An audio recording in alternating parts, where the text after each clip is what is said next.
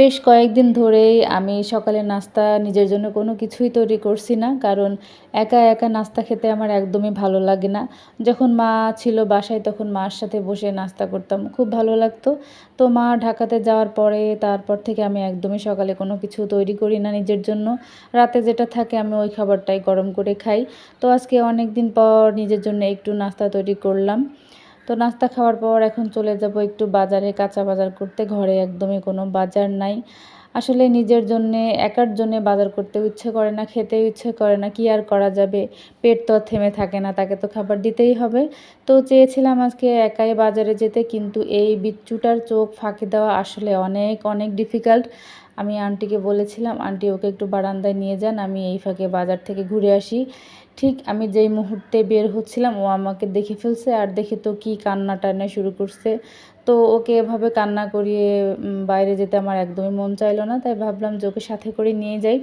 আসলে ওকে বাইরে বের করি না, এই জন্যে অনেক রোদ থাকে, গরম, যার কারণে ওকে আমি একদমই বাইরে নিতে চাই না।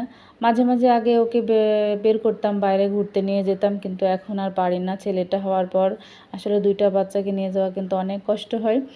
যখন বের হয়েছিলাম তখন সকাল ৮টা বাজে, আর এই সময়টা কিন্তু রিক্সা পাওয়া অনেক অনেক কষ্ট।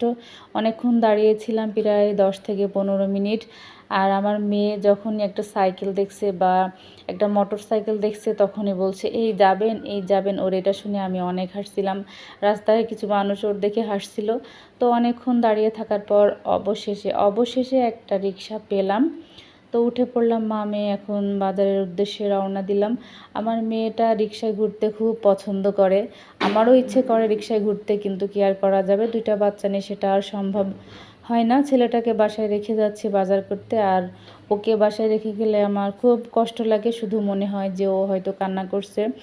তো বাজারে চলে এসেছি। আজকের বাজারটা খুব বেশি ভালো না, সবজিগুলো আমার পছন্দই হচ্ছে না। তো এক মুঠা লাল শাক নিব, এটার দাম ২০ টাকা, ভাবা যায়। তহার জন্য আমাকে লাল শাক নিতে হয়, কারণ ও লাল শাকটা খেতে খুব পছন্দ করে। আর ইনার তো বাইরে আসলে তেমন একটা আবদার সে করে না, শুধুমাত্র আইসক্রিম খেতে চাই, তাও আবার তার পছন্দের আইসক্রিম চকবার। মা মেয়ের বাজার করা শেষ, এখন ফিরে যাচ্ছি বাসায়। আজকে টুকটাক যে বাজারটা করেছি সেটাই আপনাদের সাথে শেয়ার করি, চলুন। এই যে বাজার করেছি, আজকে এক মুঠা লাল শাক কিনেছি, আর কিনেছি এক মুঠা কলমির শাক, আর একটু মিষ্টি কুমড়া।